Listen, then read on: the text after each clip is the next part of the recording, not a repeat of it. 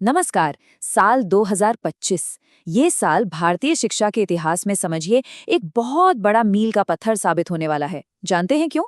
क्योंकि एक बिल्कुल नई शिक्षा नीति लागू हो रही है। और ये कोई छोटा मोटा बदलाव नहीं है।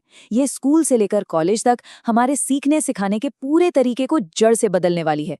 तो चलिए बिना देर किए सीधे मुद्दे पर आते हैं। अच्छा, तो सबसे पहला और शायद सबसे बड़ा सवाल जो हम सबके दिमाग में घूम रहा है वो क्या है? यही ना कि क्या वो 10+2 वाला सिस्टम, अरे वही सिस्टम जिससे हम सब पढ़कर निकले हैं, क्या वो अब सच में खत्म हो गया है?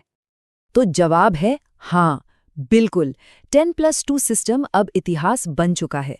लेकिन रुकिए, ये तो सिर्फ ट्रेलर है, समझिए। असल कहानी तो कहीं ज्यादा बड़ी और गहरी है। जो बदलाव हो रहे हैं वो इससे कहीं आगे जाते हैं। तो चलिए इस विश्लेषण में थोड़ी और गहराई में उतरते हैं। ये जो नई शिक्षा नीति 2025 है, जिसे एनईपी 2025 भी कहा जा रहा है, इसका मकसद भारत में सीखने की पूरी प्रक्रिया को एक नई परिभाषा देना है। इस पूरी नीति का जो निचोड़ है ना, वो इस एक लाइन में ही छिपा हुआ है। सालों से जो रट्टा मारने की एक आदत सी बन गई थी, उसे खत्म करके अब असल समझ और ज्ञान पर फोकस किया जा रहा है। अब ये जो स्लाइड पे दिख रहा है, ये फर्क बहुत दिलचस्प है। देखिए, पुरानी व्यवस्था हमें सिखाती थी कि क्या सोचना है, मतलब कुछ तय जवाब हैं, बस उन्हें याद कर लो। लेकिन ये नई नीति इस बात पर जोर देती है कि कैसे सोचना है, मतलब प्रॉब्लम सॉल्विंग और क्रिटिकल थिंकिंग की क्षमता को विकसित करना है।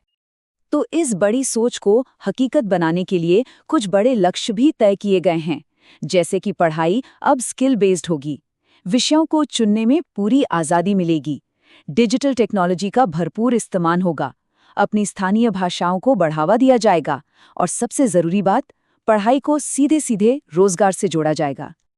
चलिए अब जरा स्कूल लेवल पर जो बदलाव हो रहे हैं उन पर नजर डालते हैं। यहाँ जो सबसे बड़ा और सबसे चर्चित बदलाव है वो है 10+2 की जगह एक नए स्ट्रक्चर का आना, जिसे 5+3+3+4 कहा जा रहा है। देखिए, ये जो नया ढांचा है, इसे बच्चों के दिमागी विकास के अलग अलग चरणों के हिसाब से डिजाइन किया गया है। पहले 5 साल यानी फाउंडेशन स्टेज खेलकूद और एक्टिविटी पर आधारित होगा। अगले 3 साल होंगे तैयारी के, फिर 3 साल मिडिल स्टेज और आखिर के 4 साल होंगे सेकेंडरी स्टेज, जहां विषयों की गहरी समझ पैदा करने पर पूरा जोर रहेगा। और सुनिए, ये वाला बदलाव तो मतलब रेवोल्यूशनरी है।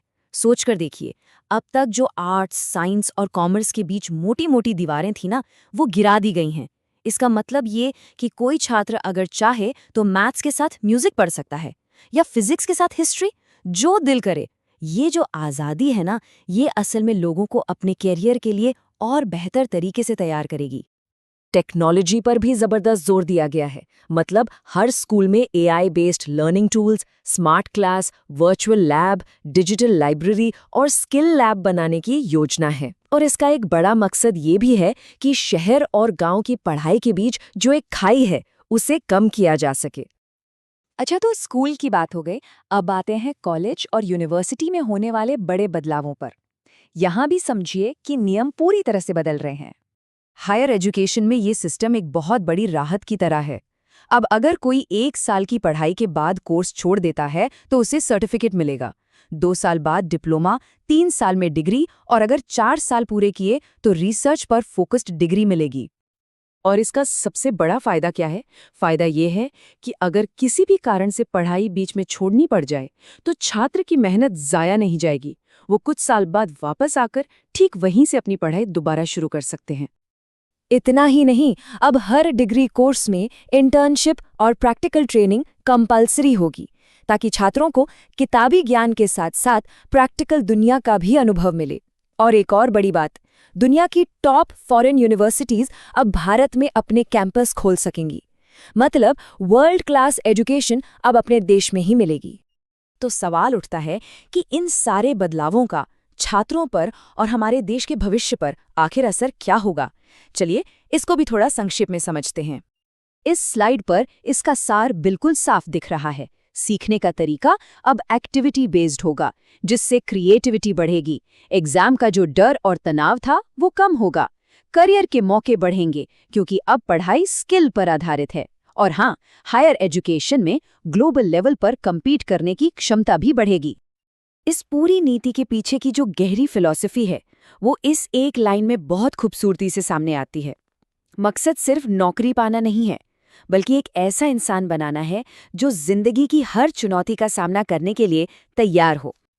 तो इस पूरी मेहनत का जो आखिरी मकसद है, वो है हर छात्र के अंदर लाइफ स्किल्स, क्रिएटिविटी और सेल्फ रिलायंस यानी आत्मनिर्भरता को बढ़ाना, क्योंकि यही वो चीज़ें हैं जो 21वीं सदी में कामयाबी के लिए सबसे ज़्यादा ज़रूरी हैं। और आखिर में हम इस एक बड़े सवाल के साथ इस चर्चा को यहीं रोकते हैं।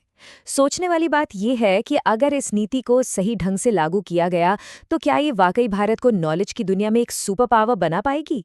खैर, इसका जवाब तो आने वाला वक्त ही देगा।